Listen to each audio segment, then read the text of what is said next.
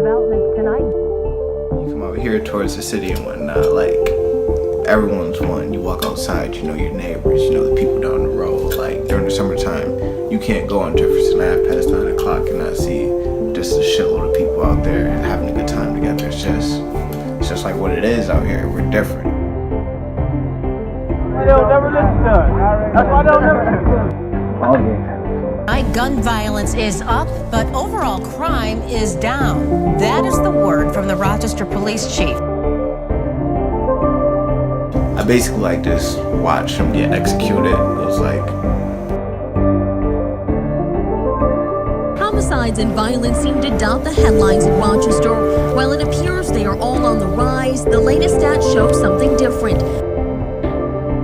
out here, everyone needs each other to survive in a way. Out there, everyone can do their own thing and they're fine. But you come out here, it says you gotta have somebody. If you don't have somebody, you're fucked. In the overall numbers, we take great pride in the fact that, one, they are down, and we hope that we continue with a downward trend. Very much frustrated over the fact of the shooting incidents and the number of guns that we find on the street. We need to change the mindset of this culture of violence where shooting someone is the way you deal with a dispute. Yeah, you don't want to go down that road. You end up doing some bad things and go to dark places. But, yeah.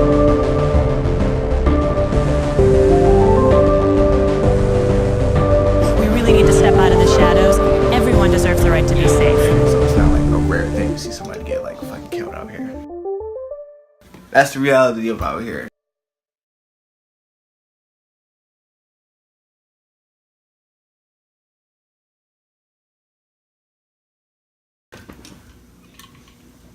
It's just like what it is out here. We're different, because I guess it's because the money difference. Out here, everyone needs each other to survive in a way. Out there, everyone can do their own thing and they're fine. But you come out here, it says you gotta have somebody. If you don't have somebody, you're fucked.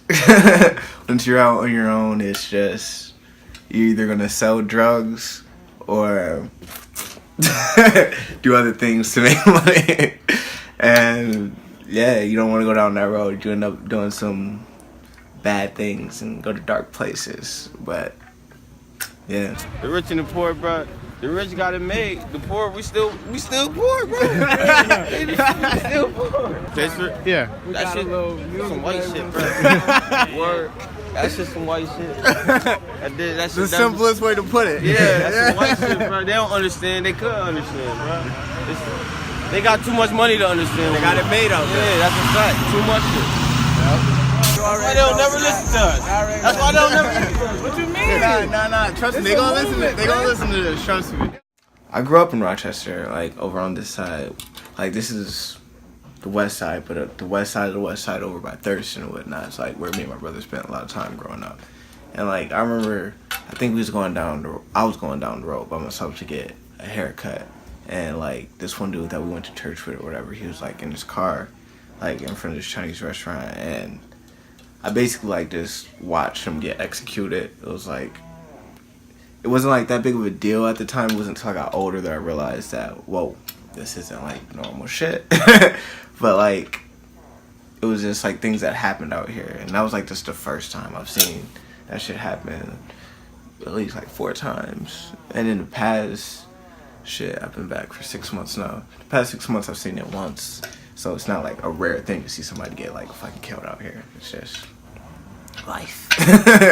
And it ends. That's reality. That's a big reality. Like, cause you can walk out, that's what these people, that's why it's a community. Cause everybody needs to make money. You walk out here, that's why they're gonna talk to you. Cause they wanna see what you want, what you need. And that's a part of it.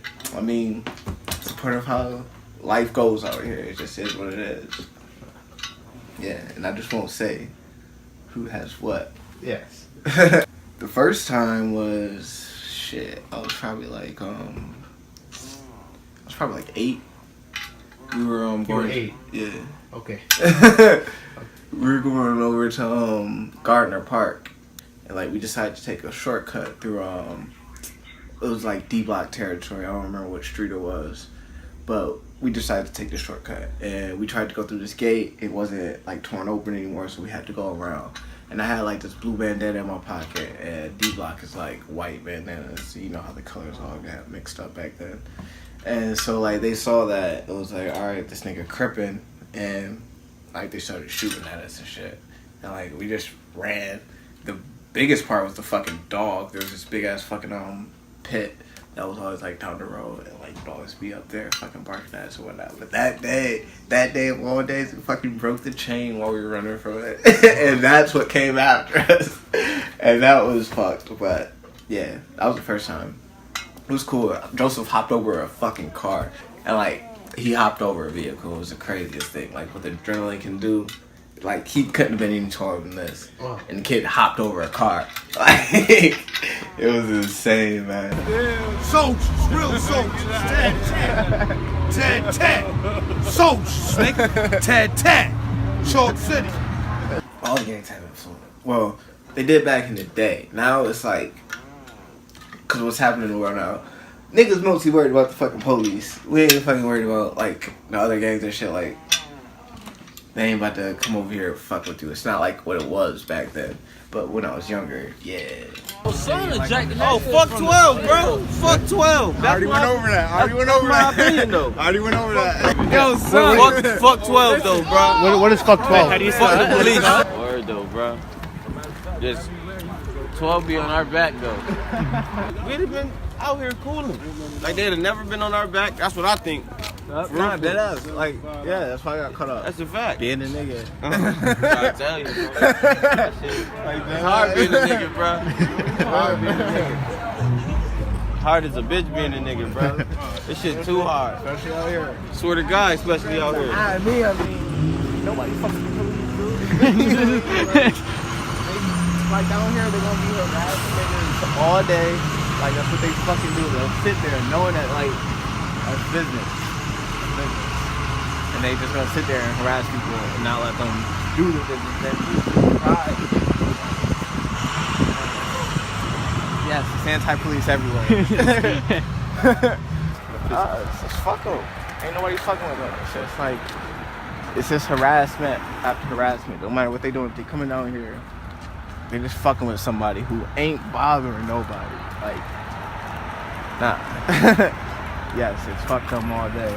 I'm trying to end this cycle by selling my little ones and twos, though. That's the reality of out here. That's when like it was wild out here. Like, and I was young then, and the things that we would see was fuck. I noticed the way that people look at me and my brother. Like, we could walk around and people are like looking at us funny. Out here, it's not like that. Pittsburgh is like this different world essentially. It's a world that I don't prefer. She'll leave that man alone. I'm gonna keep on pushing. What was that all about? Fucking crackheads. That's your favorite song.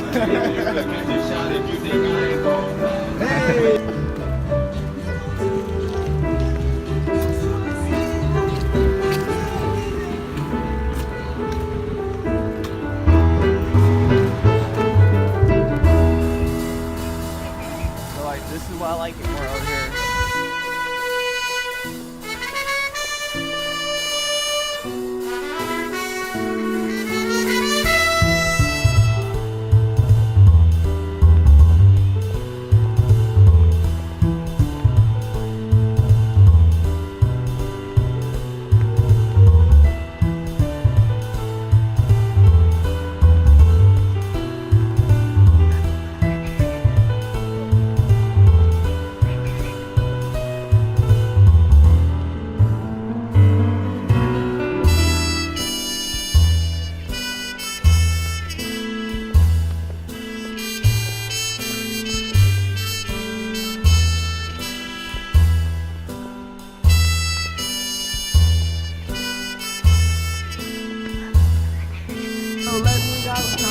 Right here, my boy. I got that shit.